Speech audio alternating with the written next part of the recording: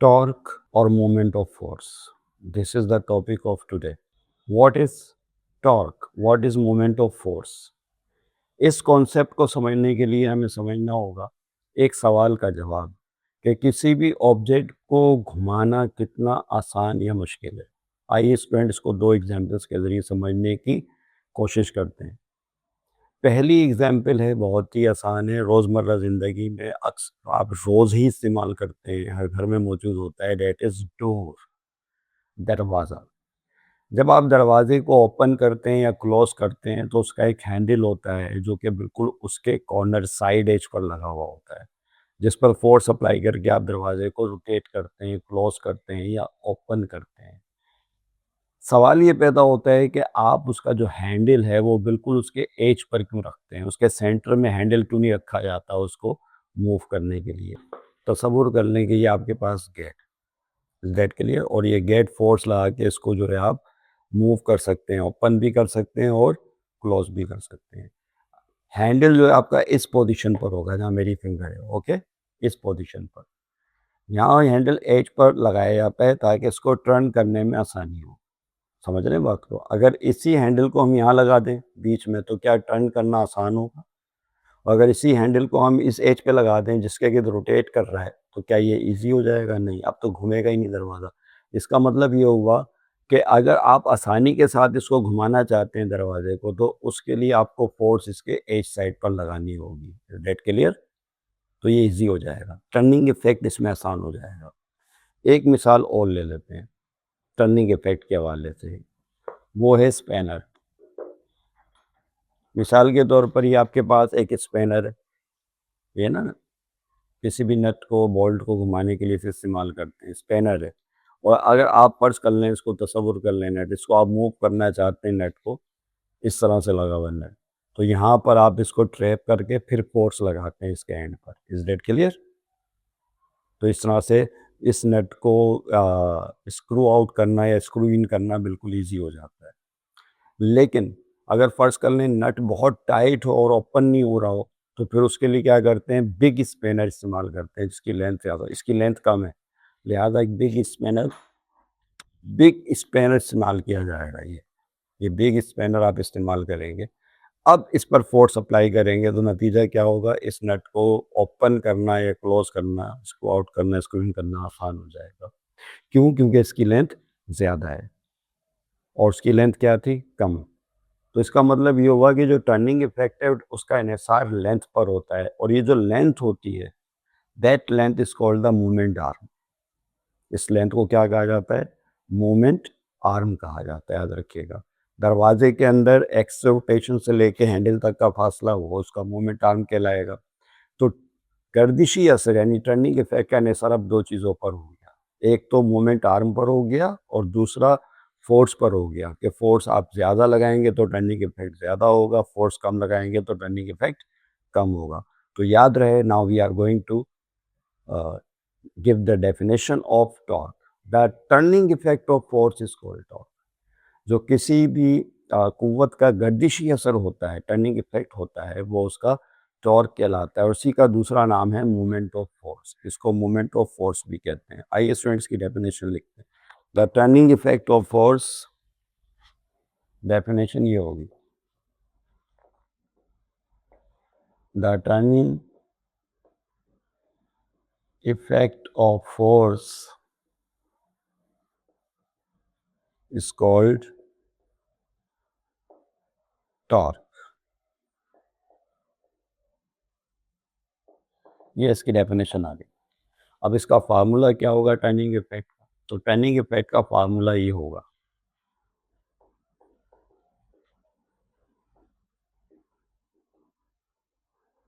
Torque is equal to, मैं पहले पूरा लिख लूँ, चलिए फार्मूला लिख देते हैं, force into L.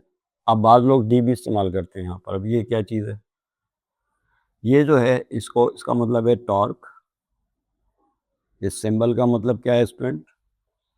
Torque. Eight का मतलब फोर्स, और जो एल है ये एक्सिस ऑफ रोटेशन से एप्लीकेशन ऑफ फोर्स तक का फासला है, that is called moment arm. इसे मोमेंट आर्म कहा जाता है। This is called what, moment arm. इस डायग्राम पे गौर करें, ये फर्ज कर लें कोई लकड़ी की स्ट्रिप है, ओके, और ये घूम सकती है, ये पॉइंट ऑफ रोटेशन है, फर्ज कर लें ये ओ क्या है, पॉइंट ऑफ रोटेशन। इसके भी स्ट्रिप मूव कर सकती है लेफ्ट एंटी क्लॉकवाइज या क्लॉकवाइज डायरेक्शन में। ये फोर्स अप्लाई की जा रही है इस पॉइंट पर, मैं इस पॉइंट को चलें ए का नाम दे देता हूँ, दिस इज पॉइंट है, ये एप्लीकेशन ऑफ फोर्स है। और पॉइंट ऑफ रोटेशन से एप्लीकेशन ऑफ फोर्स तक का जो डिस्टेंस है मोमेंट आर्म कहलाता है, इसे एल से शो किया, बाद लोग इसको स्मॉल डी से भी शो करते हैं, यानी ये डी का साइन है, ये भी इस्तेमाल किया जा सकता है, हम यहाँ एल इस्तेमाल कर रहे हैं। जब आप फोर्स अप्लाई करेंगे तो उसके नतीजे में टर्न लेना शुरू कर देगी, स्ट्रिप घूमना शुरू कर देगी, तो टर्निंग इफेक्ट ऑफ फोर्स, इस फोर्स का जो टर्निंग इफेक्ट बनेगा डेट इज कॉल्ड टॉर्क, उसको टॉर्क या मूवमेंट ऑफ फोर्स कहेंगे। अब यहाँ पर जो टॉर्क है ये फार्मूले में शो हो गया, एफ मल्टीप्लाई बाय एल, ये इसका फार्मूला है। टॉ का मतलब ये टॉ पढ़ते हैं इसे, टॉ, टी ए यू टॉ, वैसे टॉर्क है। एफ फोर्स और एल कौन है, मोमेंट आर्म, ओके। टॉर्क का इन्हिसार दो फैक्टर्स पर है, ये बता दिया, फोर्स पर है और किस पर है स्टूडेंट्स, लेंथ पर है। The more the force the more the torque, the more the length the more the torque. Length जितनी ज़्यादा होगी टॉर्क उतना उतना ही ज़्यादा होगा, टर्निंग इफेक्ट बढ़ जाएगा, आसान हो जाएगा घुमाना उसको, डेट के लिए। तो ये पॉइंट ध्यान में रखिएगा। अब टॉर्क दो तरह के होते हैं, एक कहलाता है क्लॉकवाइज और दूसरा कहलाता है एंटी क्लॉकवाइज। अगर आप फोर्स इस डायरेक्शन में लगा रहे हैं तो this is called clockwise torque, क्योंकि घड़ी की सुइयां इस तरह मूव करती हैं। अगर फोर्स ऊपर की तरफ लगा रहे हैं तो इस तरह स्ट्रिप मूव करेगी पॉइंट रोटेशन के अगेंस्ट, ये एंटी क्लॉकवाइज टॉर्क कहलाता है। और anti clockwise torque always taken positive and clockwise torque always taken negative, ये पॉइंट ध्यान में रखिएगा, ओके।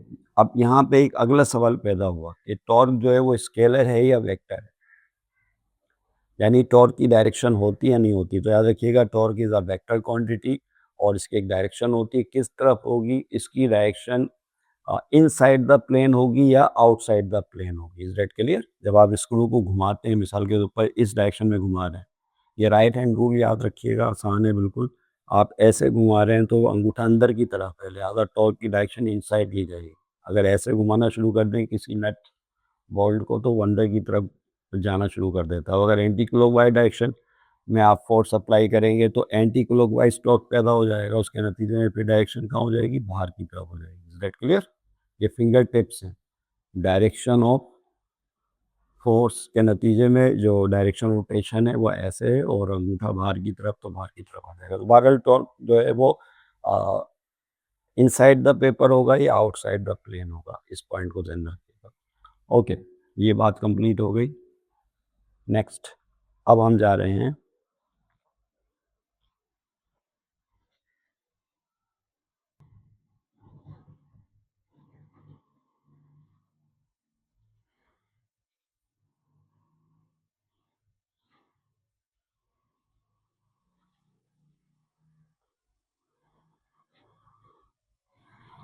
Word example. ये आपके सामने वर्ड एग्जाम्पल 3 है। A car driver tightens the nut of wheel, एक कार ड्राइवर है जो कि नट ऑफ व्हील को जो है वो टाइट करता है by using 20 centimetre long spanner. उसके पास स्पैनर है 20 centimetre long, by exerting a force of 300 newton. सबसे पहले डेटा बनाना है, फाइंड द टॉर्क, बताएं टॉर्क क्या होगा। तो डेटा में देखें स्टूडेंट क्या करेंगे, it is very easy question. A car driver tightens a nut of wheel by using 20 centimeter. What is 20 centimeter? Long spanner. This is the length या moment arm, ये मोमेंट आर्म कहलाएगा, जिसको हम L से show कर रहे हैं 20 centimetre. याद है एसआई सिस्टम में चूंकि न्यूमेरिकल सॉल्व होते हैं, लिहाजा इसको हम कन्वर्ट करेंगे मीटर में, उसके लिए 100 से डिवाइड करना होगा। तो 20 divided by 100, this will give you 0.2 metre, okay. और फोर्स दी हुई है इन्होंने 300 न्यूटन की, 300 न्यूटन की वो फोर्स अप्लाई कर रहा है स्पैनर पर, तो फोर्स आ गई है 300 न्यूटन। फाइंड द टॉर्क, बताएं उसका टॉर्क क्या होगा, व्हाट इज टॉर्क, और टॉर्क की अलामत से शो करते हैं ये बताना है, ओके। ये आपके पास आ गया, सॉल्व, फार्मूला अप्लाई कर देंगे। टॉर्क का फार्मूला क्या होता है, अभी बताया था, force multiplied by L. Yes, by putting the values force 300 multiply length is 0.2. 300 को 0.2 से मल्टीप्लाई कर दें, 300 को 0.2 से मल्टीप्लाई करने पर आएगा 60 न्यूटन, 60 आएगा और इसका यूनिट होता है न्यूटन मीटर। अच्छा, याद रहे कि टॉर्क का जो यूनिट है न्यूटन मीटर है। वो कैसे होता है? क्योंकि हम जानते हैं टॉर्क का फार्मूला क्या है, force multiply by movement arm. Force का यूनिट होता है लेंथ, फोर्स का यूनिट होता है न्यूटन और लेंथ का यूनिट होता है मीटर। लिहाजा टॉर्क का यूनिट हो जाएगा न्यूटन मीटर, जिसको आप सिंपली जोड़ के भी लिख सकते हैं। तो newton metre is the unit of torque. इस तरह टॉर्क निकल आएगा। Self assessment question. First question is question 7, list the factors on which movement of force depends. बताइए वो कौन से फैक्टर्स हैं कि जिन पर जो है मूवमेंट ऑफ फोर्स डिपेंड करते हैं, टॉर्क किन किन फैक्टर्स पर डिपेंड करता है। स्टूडेंट, इसका जवाब बहुत ही आसान है, आपके सामने बोर्ड पर है। टॉर्क का फार्मूला सबसे पहले लिखें, फोर्स इनटू मोमेंट आर्म। अब आप देखें टॉर्क के फार्मूले में दो चीज़ें आ रही, फोर्स और एक मोमेंट आर्म है। इसका मतलब ये हुआ कि torque depend upon two factors, force end moment arm. फार्मूले के ज़रिए पता चल जाएगा। फार्मूले में जो जो चीज़ें आ रही होंगी टॉर्क उन्हीं चीज़ों पर डिपेंड करेगा, फोर्स पर और मूवमेंट आर्म पर। ये जवाब आ गया। दूसरा न्यूमेरिकल है, सेल्फ असेसमेंट क्वेश्चन में। Question number 8, what will be the moment of force, यानी टॉर्क बताएं क्या होगा, व्हेन 500 न्यूटन फोर्स, ये फोर्स दे दी, is applied on a 40 centimetre long spanner. ये लेंथ यानी मोमेंट आर्म दे दिया। टू टाइटन अ नट, एक नट को टाइट करने के लिए 500 न्यूटन की फोर्स अप्लाई की जा रही है। तो फोर्स है 500 न्यूटन, 40 सेंटीमीटर लॉन्ग स्पैनर, तो लेंथ आ गई 40 सेंटीमीटर। सेंटीमीटर को मीटर में कन्वर्ट करेंगे 100 से डिवाइड करके, तो 0.4 मीटर। अब क्या पूछा है, what will be the moment of force, यानी टॉर्क बताएं क्या होगा। ओके, फार्मूला अप्लाई करेंगे। टॉर्क का फार्मूला है एफ मल्टीप्लाई एल, फोर्स की जगह 500, लेंथ की जगह 0.4, मल्टीप्लाई करने पर 200 आ जाएगा। Newton metre is the unit of torque. तो this is the value of torque. Structured question. पहला student, what do you mean by moment of force. Moment of force से क्या मुराद। तो इसका तो हमने क्लास के आगाज में डिस्कस कर ली, इस बात को डिस्कस किया कि मूवमेंट ऑफ फोर्स क्या है, the turning effect of force है। किसी भी बॉडी के घूमने का, फोर्स के नतीजे में घूमने का जो असर है, that is called movement of force. और हमने यहाँ से बात शुरू की थी कि किसी ऑब्जेक्ट को किसी पॉइंट रोटेशन के गिर्द घुमाना कितना आसान या मुश्किल है, ये पता चलता है हमें मूवमेंट ऑफ फोर्स के ज़रिए। ये आंसर इसका यहाँ पर बोर्ड पर मौजूद है। उसके बाद आप क्वेश्चन 5 का बी पार्ट करेंगे जो न्यूमेरिकल है। क्वेश्चन 5 का बी पार्ट न्यूमेरिकली आपके सामने। आ स्पैनर ऑफ 0.3 मीटर लेंथ, एक स्पैनर की लंबाई 0.3 मीटर है, तो ये लेंथ आ गई। Can produce a torque of 300 newton metre, ये टॉर्क दे दिया। Determine the force applied on, बताइए इस पर कितनी फोर्स अप्लाई हो। फिर उसके बाद सेकंड पार्ट पे कह रहे हैं what should be the length. अब बताएं लेंथ क्या होगी of spanner if torque is to be increase to 500 newton metre, यानी अगर हम टॉर्क को 500 न्यूटन मीटर इंक्रीज कर दें, 500 न्यूटन कर दें, तो बताएं लेंथ क्या होगी, जबकि फोर्स वही रखें with the same applied force जो पहले पार्ट में आपने हासिल की थी। फोर्स की वैल्यू वही। स्पैनर 0.3 मीटर लेंथ है स्पैनर की। डेटा बना लें। Length of spanner is 0.3 meter.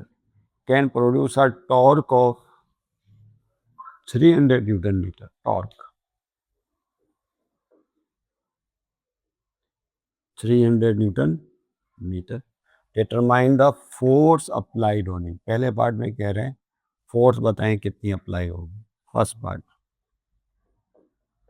और सेकंड पार्ट में what should be the length of spanner. Second part में कह रहे हैं बताइए लेंथ ऑफ स्पैनर क्या होगी if torque is to be increase to 500 newton metre. अगर टॉर्क को 500 न्यूटन मीटर कर दें, if torque is equal to 500 newton metre with same applied force. Applied force वही रखें जो पहले पार्ट में हासिल की होगी आपने। आइए सबसे पहले स्टूडेंट सोल्यूशन में आपको निकालनी है, फर्स्ट पार्ट है फॉर एफ, फोर्स मालूम करें। तो उसके लिए टॉर्क का फार्मूला इस्तेमाल करेंगे, फोर्स इनटू एल। कीमतें लगा दें, मेरे पास जगह तंग होगी, मैं यही कर रहा हूँ। फोर्स मालूम करनी है, बल्कि कीमतें लगाएं इसके अंदर पहले। टॉर्क, टॉर्क की जगह क्या आएगा, 300 न्यूटन मीटर। फोर्स मालूम करनी है, लेंथ इज 0.3। फर्स्ट पार्ट कर रहे हैं, फर्स्ट पार्ट का डेटा यूज होगा। अब यहाँ से 0.3 को डिवाइड में भेज देंगे। 0.3 डिवाइड में आ गया, राइट हैंड साइड पे क्योंकि जो चीज़ मल्टीप्लाई होती है दूसरी तरफ डिवाइड में आ जाती है। फिर 0.300 को 0.3 से डिवाइड कर लें, this will give you 1000। Side change कर दें तो force is 1000 Newton. Okay, this is your required force, scenes required force. Okay, अब सेकंड पार्ट में क्या कह रहे हैं, बताइए लेंथ क्या होगा। तो अब लेंथ की हेडिंग डाल लें सेकंड पार्ट में, फॉर एल। याद रहे सेकंड पार्ट की लेंथ है ये, फर्स्ट पार्ट का तो हो गया काम, लिहाजा सेकंड पार्ट है इसलिए उसके हवाले से लेंथ मालूम करनी है। जबकि फोर्स वही है, यानी टॉर्क 500 न्यूटन मीटर है और फोर्स पहले पार्ट वाली है, यानी इसके अंदर जो टॉर्क है स्टूडेंट वो बढ़ के कितना हो गया 500 न्यूटन मीटर, और फोर्स पहले पार्ट वाली, यानी पहले पार्ट वाली फोर्स 1000 न्यूटन है। ओके, आइए अब लेंथ निकालें। तो टॉर्क का फार्मूला दोबारा लगाएंगे, फोर्स मल्टीप्लाई बाय एल। यहाँ कीमतें लगाएं, टॉर्क है 500 newton metre, force first part वाली सेम 1000, और लेंथ मालूम करनी है। 1000 को यहाँ भेज दें तो 500 divided by 1000 is equal to L. 500 को 1000 से डिवाइड करें, क्या आ जाएगा भाई, 2 से कट गए, 5/10 0.5, तो लेंथ आ जाएगी 0.5 metre. Yes, required length is 0.5 metre. तो ये जो है हमारा आंसर हो जाएगा। फिर स्टूडेंट टास्क, ये आपने करने पार्ट्स, क्वेश्चन 1 2 3 4 का डेटा बना दिया है। यस, पहला है, अगर फोर्स 100 डाइंस हो और लेंथ 10 सेंटीमीटर हो तो बताएं टॉर्क क्या होगा। अच्छा, अब यहाँ यूनिट हमने फोर्स को डाइन में लिया है और लेंथ को सेंटीमीटर में, यानी CGS सिस्टम में न्यूमेरिकल है, इसमें यूनिट चेंज करने की ज़रूरत नहीं है। आंसर यहाँ पे लिख दिया, 1000 डाइन सेंटीमीटर होगा। सेकंड पार्ट में लेंथ है 8 सेंटीमीटर, फोर्स है 15 न्यूटन, टॉर्क बताएं। यहाँ पे लेंथ को आपको चेंज करना पड़ेगा सेंटीमीटर को मीटर में। ओके, ये SI सिस्टम में बाकी तीनों। यहाँ torque 500 newton metre, length 20 centimetre है, यहाँ भी सेंटीमीटर को मीटर में चेंज करना पड़ेगा, आ गया ना 100 से डिवाइड करके, और फोर्स मालूम करनी है। और इसमें आखिरी वाले में टॉर्क 50 न्यूटन मीटर है, फोर्स 12 न्यूटन, बताइए लेंथ क्या होगी, यानी मोमेंट आर्म क्या होगा। तो यहाँ पर जो है आपको मालूम करना है। विश यू गुड लक, कोशिश कीजिएगा कभी।